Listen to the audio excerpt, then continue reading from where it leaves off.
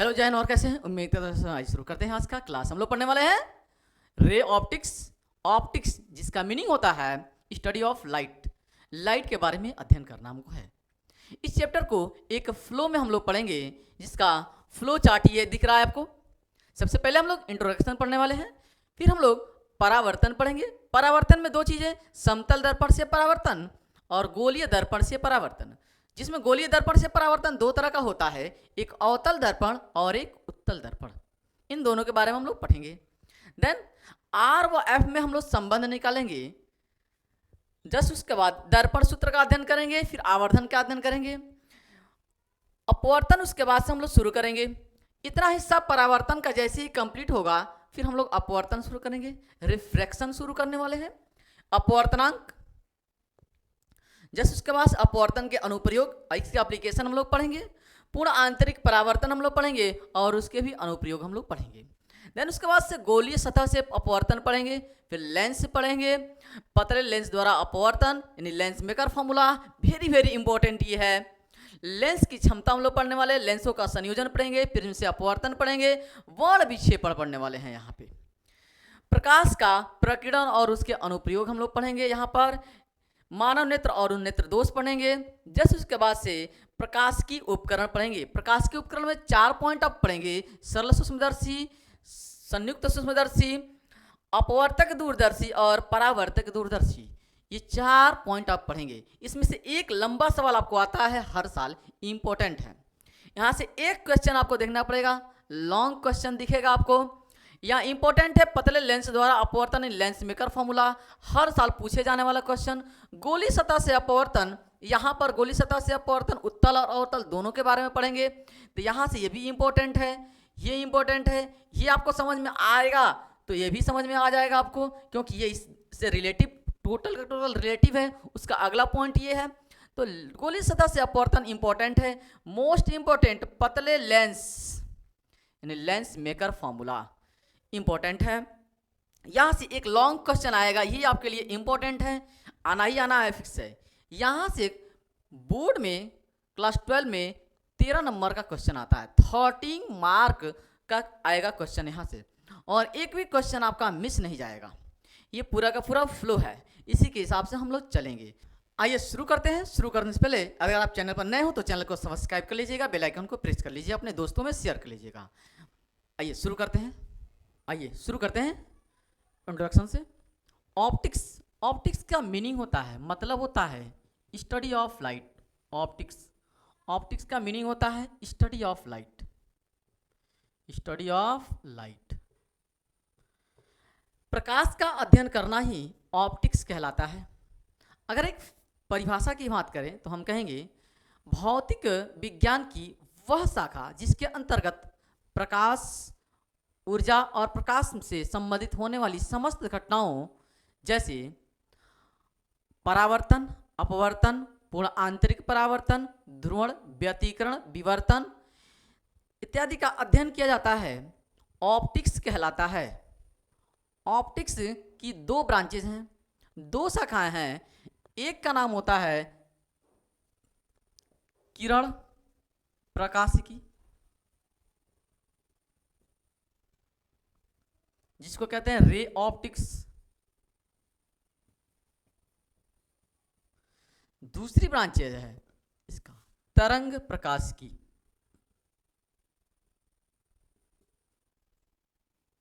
जिसको कहते हैं वेव ऑप्टिक्स।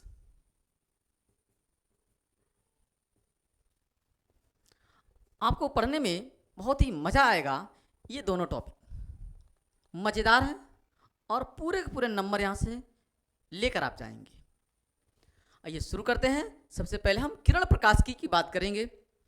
किरण प्रकाशिकी में होता है क्या और तरंग प्रकाशिकी में होता है क्या, इन दोनों में अंतर क्या है, डिफरेंस क्या है? तो दोनों में इनमें बेसिक डिफरेंस क्या होता है, यहां पे ऐसे फिनोमेना हम लोग पढ़ेंगे जो हम दिखाई देती है, हमको सामने से दिखते हैं। इनकी जो वेवलेंथ होगी वह लाइट के वेवलेंथ से काफी बड़ी होगी, और यहां पे जो भी फिनोमेना होगी हमें दिखाई देती है, जबकि यहां पर लाइट के वेवलेंथ के आसपास इनकी वेवलेंथ होती है, और यहां पे जो फिनोमेना होगी वह हमें नग्न आंखों से नहीं दिखाई देती है। इसके लिए हम लोग माइक्रोस्कोप का यूज करते हैं। ऐसे यहां पे फिनोमेना होंगे लाइक दैट। यहां पर अपवर्तन होंगे, परावर्तन होंगे, पूर्ण आंतरिक परावर्तन होंगे। ये सारी घटनाएं हमें दिखाई देती हैं। ये सारी घटनाएं हमें दिखाई देती हैं क्योंकि इनका साइज लाइट के वेवलेंथ से काफी बड़ी होती है। जबकि यहां पे जो फिनोमेना है यहां पे हमें दिखाई नहीं देती है, होती तो जरूर है लेकिन हमें दिखाई नहीं देती है। यहां पे हम एक्सेस स्लिट की बात करेंगे, ऐसे होल की बात करेंगे जिसका वेवलेंथ लाइट के वेवलेंथ के आसपास होगी। यहां पर विवर्तन, ध्रुवण, इन सब के बारे में यहां पे हम अध्ययन करेंगे। तो बेसिक इनमें ये डिफरेंस है कि इनकी जो साइज होती है वह लाइट के वेवलेंथ से काफी बड़ी होती है, जबकि इनकी जो साइज होती है वह लाइट के वेवलेंथ के आसपास होती है। लाइट की वेवलेंथ होती है कहां से कहां तक?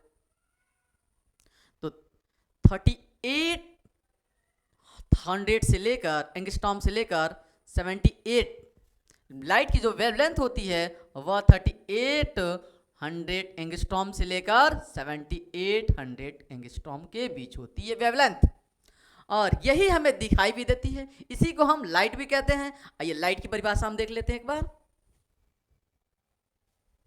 आइए, प्रकाश कहते किसे हमें, लाइट कहते किसे हैं?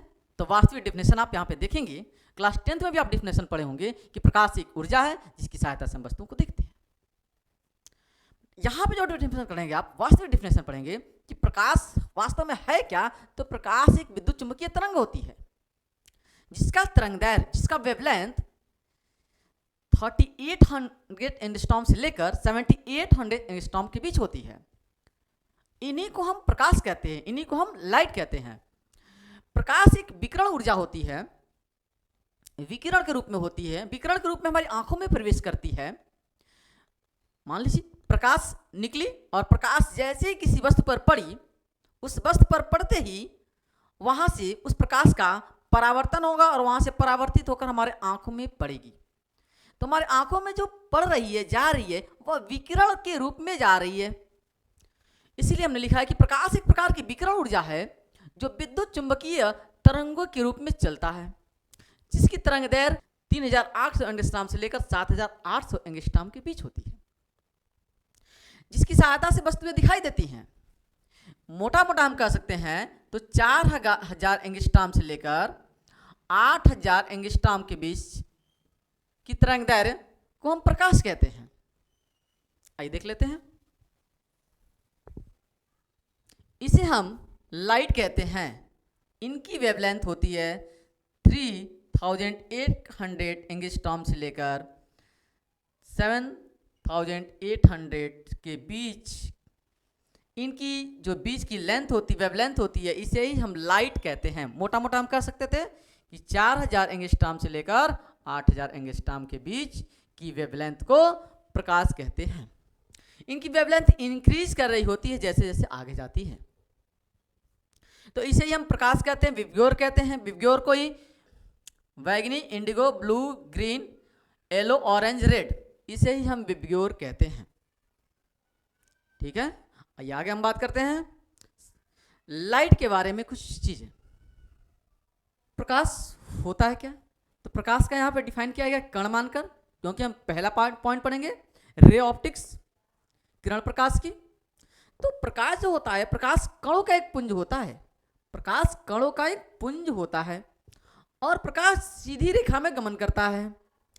प्रकाश के सरल रेखीय पथ को ही हम किरण कहते हैं। प्रकाश जिस रेखा पर जा रहा होता है, जिस पथ पर जा रहा होता है, उसे ही हम किरण कहते हैं। प्रकाश के किरणों के समूह को हम बीम ऑफ लाइट, किरण के समूह को, किरणों के समूह को, उस गुच्छे को, बीम ऑफ लाइट को हम कहते हैं प्रकाश पुंज, बीम ऑफ लाइट। प्रकाश को गमन करने के लिए माध्यम की आवश्यकता नहीं होती है, जबकि ध्वनि के लिए माध्यम की आवश्यकता होती है। प्रकाश को ये गमन करने के लिए माध्यम की कोई आवश्यकता नहीं है, किंतु प्रकाश का जो वेग होता है वह माध्यम पर निर्भर करता है। अलग अलग माध्यम में, अलग अलग मीडियम में, डिफरेंस मीडियम में इनका वेग, इनकी चाल डिफरेंस होती है, अलग अलग होती है, बदलती हुई नजर आती है। ठोस में अलग होगी चाल इनकी, वहीं लिक्विड में चली जाए, द्रव में इनकी चाल बदल जाएगी, वहीं गैस में चली जाए इनकी चाल बिल्कुल बदल जाएगी। सबसे तेज जो चलती है, सबसे इनकी जो फास्ट स्पीड होती है वह होती है निर्वात में। वह क्या होती है? निर्वात में। तो निर्वात में वैक्यूम प्रकाश की चाल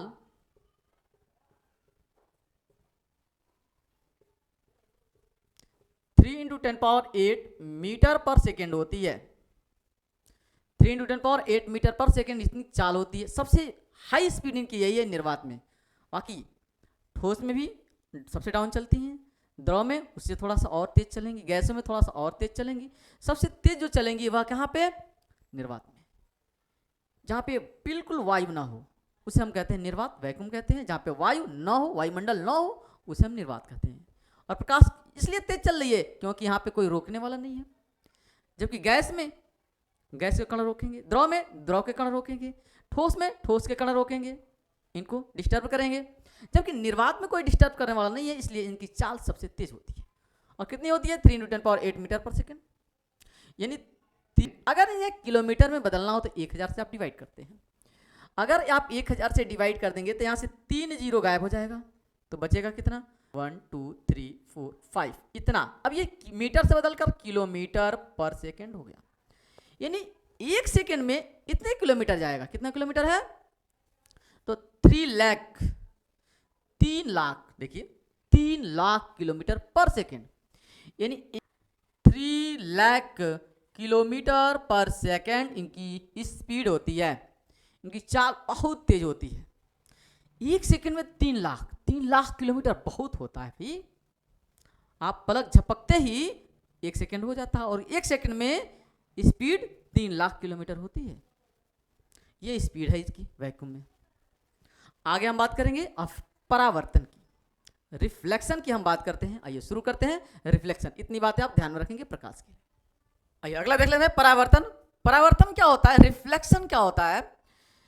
जब कोई वस्तु, आप किसी दीवार है, मान लीजिए सामने दीवार है, दीवार पर मैं बॉल को फेंक रहा हूं तो बॉल टकरा कर वापस लौट रही है।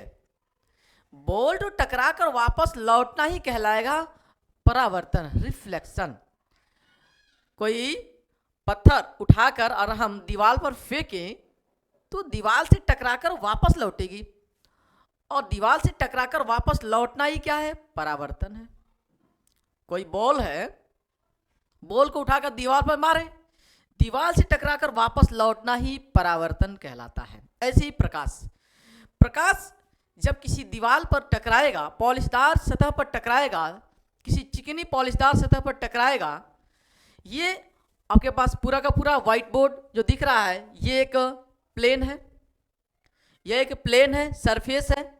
इस सरफेस पर जैसे ही लाइट आएगी, आपतित होगी, जैसे ही लाइट पड़ेगी तो लाइट यहां से बाउंस करेगी, लाइट टकराकर वापस लौटेगी, और लाइट के टकराकर वापस लौटने की प्रक्रिया को ही हम कहते हैं परावर्तन। ये पॉलिशदार सतह है, ये एक सरफेस है, नीचे से पॉलिश किया हुआ है, लाइट इंटर कर रही है इस पे। ये आने वाली किरण है, आपतित किरण, इंसिडेंट रे है, और जैसे यहां सरफेस पर पड़ेगी तो इस पॉइंट से बाउंस करके निकल जाएगी। इस घटना को कहते हैं परावर्तन।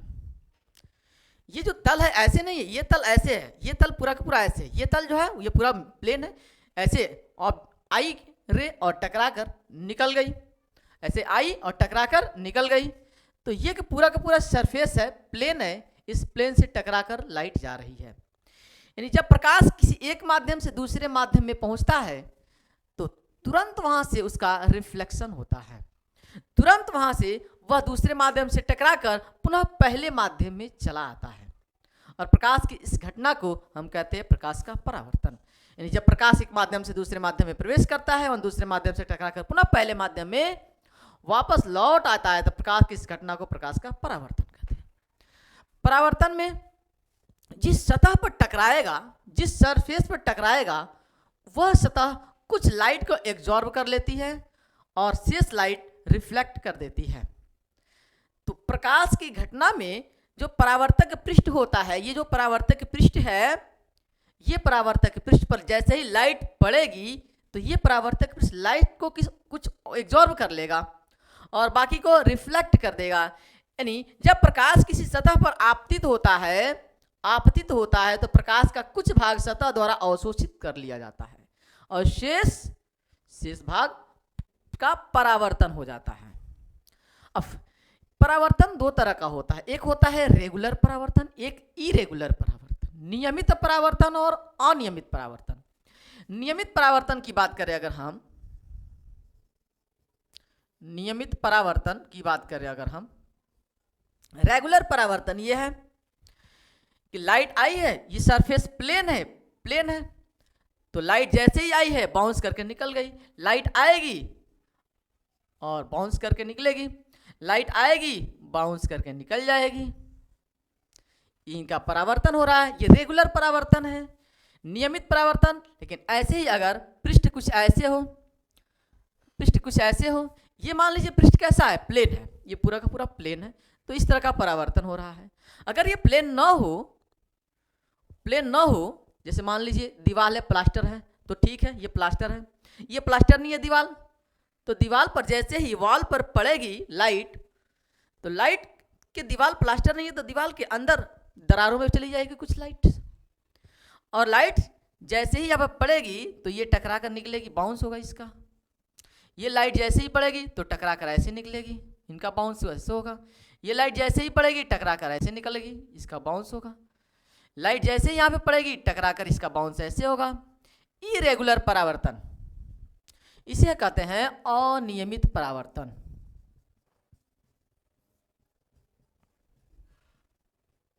तो परावर्तन की घटना में परावर्तन दो तरह का होता है, एक रेगुलर और एक इरेगुलर परावर्तन। समझ में आ गई है? अब हम बात करेंगे रेगुलर परावर्तन। जब परावर्तन होता है तो ये लाइट जो आ रही है, इंसिडेंट रे है, जो आपतित किरण आ रही है, ये टकरा कर जो लौट रही है परावर्तित किरण, तो आ रही है तो इसकी तीव्रता तो मैक्सिमम होती है, लेकिन जैसे यहाँ पे रिफ्लेक्ट करेगी, टकराएगी, जैसे ही यहाँ से यहाँ पे टकराएगी तो कुछ एब्जॉर्ब कर लिया जाएगा इनके सतह द्वारा।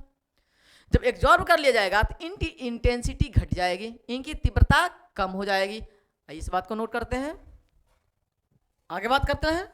परावर्तन जब हो रहा होता है उस कंडीशन में आपतित किरण जैसे ही किसी सरफेस पर पड़ती है तो सरफेस द्वारा कुछ लाइट एब्जॉर्ब कर ली जाती है, तो इसकी इंटेंसिटी कम हो जाती है।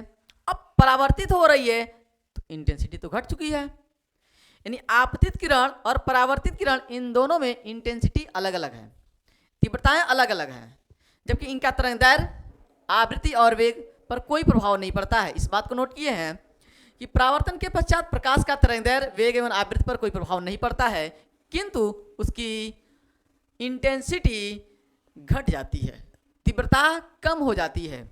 आगे हम बात करेंगे परावर्तन के नियम।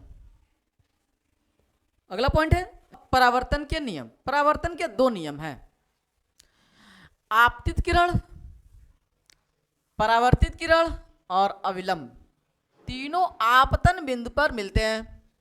पहला नियम है आपतित किरण, आपतित किरण, परावर्तित किरण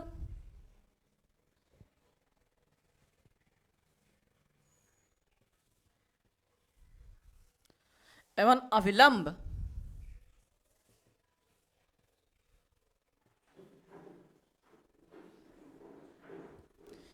तीनों आपतन बिंदु पर मिलते हैं। आपतित किरण, परावर्तित किरण और अविलंब तीनों आपतन बिंदु पर मिलते हैं, यह आपतन बिंदु है। दूसरा लॉ है आपतित किरण और अविलंब के बीच बना कोण आई, जिसे आपतन कोण कहते हैं। तो आपतन कोण,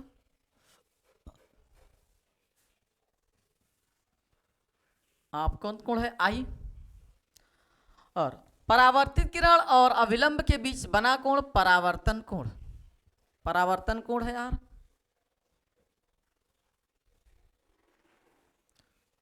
परावर्तन कोण है आर।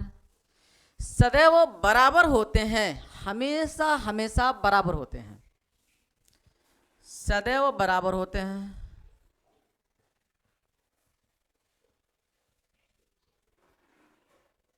सदैव बराबर होते हैं, ये दोनों के दोनों किरण हमेशा बराबर होंगे। वह कोई भी पृष्ठ हो, वह समतल पृष्ठ हो या गोलीय पृष्ठ हो, कैसा भी पृष्ठ हो, हमेशा आपतन कोण और परावर्तन कोण सदैव बराबर होते हैं। अगर गोलीय पृष्ठ यहां पे ले आप, ये गोलीय पृष्ठ ऐसे लें, गोलीय पृष्ठ लेंगे आप, तो यहां से पेंट हुआ है, ये अंदर से पॉलिश किया गया है, अंदर से पॉलिश किया गया है, इस गोली का ये सेंटर है। जैसे ही कोई आपतित किरण हो जाएगी, यहां पर आपतित होगी, सोचिए यहाँ पे आपतित हो रही है किरण, ये आपतित किरण है, तो इस हाथ से एक नॉर्मल आप खींचेंगे, अविलंब खींचेंगे, एक अविलंब आप खींचेंगे, और जितने कोण पर ये आपतित हुई है उतने ही कोण पर यहाँ से परावर्तित हो जाएगी, उतने ही कोण पर परावर्तित हो जाएगी। तो किसी भी कंडीशन में आपतित कोण, आपतित किरण और अविलंब के बीच बना कोण आपतन कोण आई, और परावर्तित किरण और अविलंब के बीच बना कोण परावर्तन कोण आर, सदैव बराबर होते हैं। यानी सदैव आपतन कोण और परावर्तन कोण सदैव बराबर होता है। ठीक है, आपतन कोण और परावर्तन कोण सदैव बराबर होता है, कोण सदैव बराबर होता है। आगे हम बात करते हैं प्रतिबिंब की। अगला पॉइंट देते हैं प्रतिबिंब। इमेज कहते किसे हैं? तो हम अगर किसी दर्पण के सामने खड़े हैं, किसी शीशा के सामने खड़े हैं और उस शीशे में मेरा आकृति बन रही है, तो जो आकृति बन रही है शीशे के अंदर उसे हम कहेंगे प्रतिबिंब, उसे हम कहेंगे प्रतिबिंब। जब हम यानी वस्तु दर्पण के सामने आते हैं, हम आए दर्पण के सामने या वस्तु को लाकर दर्पण के सामने रख देते हैं, तो दर्पण में जो आकृति दिखाई देती है उसे प्रतिबिंब कहते हैं, वह प्रतिबिंब कहलाती है। प्रतिबिंब दो तरह का होता है, एक वास्तविक और एक आभासी। एक होता है रियल इमेज और एक होता है वर्चुअल इमेज। रियल इमेज क्या होता है? जब किसी बिंदु से प्रकाश की किरणें चल रही है, किसी बिंब से प्रकाश की किरणें निकली और दर्पण से या किसी पृष्ठ से टकराकर वापस आ रही है, तो प्रकाश की किरणें निकल रही हैं और टकराकर आ रही हैं। टकराकर जब आ रही हैं तो टकराकर आने के पश्चात जहां पे वो किरणें आपस में मिलती हैं, वास्तव में मिलती हैं, वास्तविक प्रतिबिंब बनाती हैं। अगर वो कहीं नहीं मिल रही है तो इनको हम पीछे की तरफ बढ़ाते हैं, और जहां से वो आती हुई प्रतीत होती है उसे हम कहेंगे इमेज। तो वह इमेज कहलाती है वर्चुअल इमेज, आभासी प्रतिबिंब। आइए देखते हैं वास्तविक प्रतिबिंब। रियल इमेज क्या होता है कि यदि किसी बिंदु वस्तु से चलने वाली किरणें परावर्तन अथवा अपवर्तन के पश्चात किसी बिंदु पर वास्तव में मिलती हैं तो वास्तविक प्रतिबिंब बनाती हैं। इसे आप पर्दे पर प्राप्त कर सकते हैं। किंतु आभासी प्रतिबिंब वर्चुअल इमेज, यदि किसी बिंदु वस्तु से चलने वाली प्रकाश की किरणें परावर्तन अथवा अपवर्तन के पश्चात किसी बिंदु से आती हुई प्रतीत होती हैं, जिस बिंदु से आती हुई प्रतीत होती हैं उसे हम कहेंगे आभासी प्रतिबिंब। इसे आप पर्दे पर प्राप्त नहीं कर सकते हैं, इसका सिर्फ आप फोटो ले सकते हैं, इससे सिर्फ आप फोटो ले सकते हैं। तो ये रहा प्रतिबिंब। आगे हम बात करेंगे समतल दर्पण के गुणधर्म क्या है, इमेज कैसा बनता है, उसके अंदर प्रतिबिंब कैसा बनता है, इस पर हम बात कर लेते हैं। आइए अगला पॉइंट देते हैं दर्पण किसे कहेंगे। पहले दर्पण कहेंगे किसे, तो किसी पॉलिशदार सतह या किसी चिकने सतह, किसी पारदर्शी माध्यम के एक पृष्ठ को कलई करके यानी पेंट करके रेड ऑक्साइड लगाकर दूसरा पृष्ठ परावर्तक बना दिया जाए। एक पृष्ठ को कलई कर दिया जाए, दूसरा पृष्ठ को परावर्तक बना दिया जाए, तो इसे हम कहेंगे दर्पण। यदि किसी चिकने पारदर्शी माध्यम तल के एक पृष्ठ को कलई या पेंट करके यानी रेड ऑक्साइड लगाकर दूसरे पृष्ठ को परावर्तक बना दिया जाता है तो उसे हम कहते हैं दर्पण, मिरर कहते हैं। मिरर दो तरह के होंगे, मिरर यहाँ पे दो तरह के होंगे, एक होगा समतल दर्पण और एक होगा गोलीय दर्पण।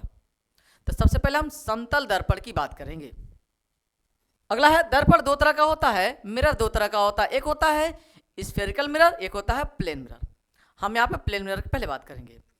जो समतल दर्पण होता है, ठीक है, जिसका परावर्तक पृष्ठ ही समतल होता है उसे समतल दर्पण आप कहेंगे। यानी वह दर्पण जिसका परावर्तक पृष्ठ समतल हो उसे समतल दर्पण कहते हैं। वह दर्पण जिसका परावर्तक पृष्ठ समतल होता है समतल दर्पण कहलाता है। ये समतल दर्पण है, ये मान लीजिए दर्पण है, इसका एक पृष्ठ आपने कलई कर दिया, पेंट कर दिया, ये इसका एक पृष्ठ आपने पेंट कर दिया, एक पृष्ठ आपने पेंट कर दिया। अब यहां से आप जैसे ही कोई प्रकाश की किरण यहां पे आप भेजेंगे, यह प्रकाश की किरण यहां से टकरा कर वापस चली आएगी, वापस चली आएगी। ये इसके पास अविलंब है, ये अविलंब आपके पास है, ये अविलंब है, ठीक है, ये अविलंब है। तो इसे हम कहेंगे समतल दर्पण। समतल दर्पण में प्रतिबिंब कैसे बनता है इसे हम देख लेते हैं। अगला पॉइंट है, यहाँ पे प्रतिबिंब कैसा बनता है। समतल दर्पण में प्रतिबिंब का निर्माण जो होता है, ये आपके पास समतल दर्पण है, ये आपतित किरण है, ये परावर्तित किरण है, इनको पीछे की तरफ बढ़ाया गया है। ये आपतित किरण और ये परावर्तित किरण, ये अविलंब है, इनको पीछे की तरफ बढ़ाया। ये दोनों परावर्तित किरणें आगे निकलनी है, कहीं मिलेंगी नहीं तो वास्तविक प्रतिबिंब बनेगा नहीं। तो इन्हें पीछे की तरफ बढ़ाया गया है, तो यहाँ पे मिल रही हैं, तो ये आभासी प्रतिबिंब बनाएंगी। और आभासी जब भी बनता है तो सीधा बनता है, आभासी जब भी बनता है तो सीधा, तो ये आभासी और सीधा प्रतिबिंब बनता है। जितना बड़ा वस्तु रहेगा उतना बड़ा प्रतिबिंब बनेगा। यहाँ पे जितना बड़ा वस्तु रहेगा उतनी बड़ा प्रतिबिंब बनता है। तो वस्तु का जो आकार होगा प्रतिबिंब के आकार के बराबर होता है। और वस्तु दर्पण से जितनी दूरी पर आती है उतनी ही दूरी पर अंदर प्रतिबिंब बनता है। और पार्श्व परिवर्तन होता है। सीधा सीधा समझिए, सामने ये दर्पण रखा हुआ है, तो सामने मैं खड़ा हूं अगर हूं, तो ये दर्पण के सामने मैं खड़ा हूं, तो जितना बड़ा मैं हूं उतना बड़ा सामने दिखेगा, जितनी दूरी पर मैं हूं उतनी ही दूरी पर अंदर दिखेगा। यानी वस्तु का जो आकार होगा प्रतिबिंब के आकार के बराबर दिखता है। जितनी दूरी से दर्पण से मैं जितनी दूरी पर हूं उतनी ही दूरी पर प्रतिबिंब भी अंदर बन रहा है। पार्श्व परिवर्तन का मतलब, अगर दर्पण में मैं इस डायरेक्शन से चल रहा हूं तो मेरा ये हाथ इस दिशा में है, तो इधर जो दिखेगा वो मेरा ये हाथ दिखेगा, उल्टा दिखता है, उल्टा दिखता है। भाई दर्पण में सामने ये दर्पण है, शीशा है, मिरर है, ये वाला हाथ मेरा उस दिशा में है मिरर की तरफ, लेकिन जो मिरर में देखेगा वो ये वाला हाथ दिखेगा। इसे हम कहेंगे पार्श्व परिवर्तन, मतलब दायां का बायां दिखेगा, बायां का दायां दिखेगा। बात समझ में आ रही है हमारी है, तो इसे हम कहेंगे पार्श्व परिवर्तन। अब किसी दर्पण सामने रखा हुआ है, जितनी तेजी से हम दर्पण की तरफ भागते हुए आएंगे उतनी ही तेजी से अंदर की तरफ से मेरा प्रतिबिंब भी भागते हुए दर्पण की तरफ आएगा।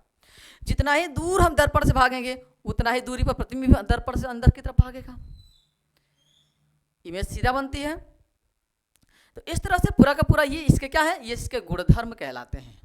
यह इसके गुणधर्म कहलाते हैं कि यहाँ पे प्रतिबिंब जो बनेगा वह आभासी बनता है, सीधा बनता है। वस्तु का जो आकार रहेगा वही प्रतिबिंब के आकार का बनेगा। वस्तु जितनी दूरी पर दर्पण से रहेगा उतनी ही दूरी अंदर भी प्रतिबिंब बनेगा दर्पण के अंदर। पार्श्व परिवर्तन दिखता है, दायां का बायां दिखता है, बायां का दायां दिखेगा। बहुत सिंपल कहानी है। तो ये रहा गुणधर्म। ठीक, आगे हम बात कर लेते हैं। एक क्वेश्चन लेंगे हम यहाँ से, और ये क्वेश्चन है, दो क्वेश्चन आपके सामने है। यदि कोई व्यक्ति दर्पण की ओर भी वेग से चलता है, ये सामने दर्पण रखा हुआ है, मैं दौड़ते हुए भागते हुए आ रहा हूँ भी वेग से मैं चल रहा हूँ, भी वेग से मैं आ रहा हूँ दर्पण के सामने, तो प्रतिबिंब का वेग क्या, इसके अंदर जो होगा वह उसका वेग क्या होगा, वह किस वेग से आएगा हमारे तरफ, भी वेग, 2v वेग या 3v वेग या v/2। तो जो अंदर हम इधर से हम चल रहे हैं v वेग से और उधर से भी आएगा v वेग से, तो v और v मिलकर 2v वेग से आएगा। जो प्रतिबिंब होगा वह 2v वेग से चलेगा। दूसरा, समतल दर्पण में किसी वस्तु का पूरा प्रतिबिंब देखने के लिए दर्पण के लिए कम से कम दर्पण की ऊंचाई कितनी होनी चाहिए।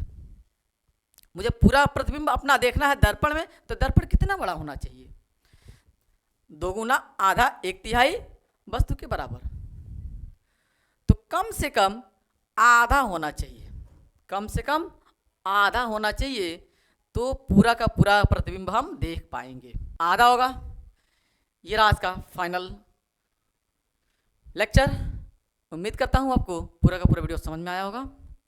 वीडियो कैसा लगा आपको कमेंट करके आप जरूर बताएं। डेली वीडियो आपको एक प्रोवाइड होगी। Thanks for watching this video. जय हिंद, जय भारत।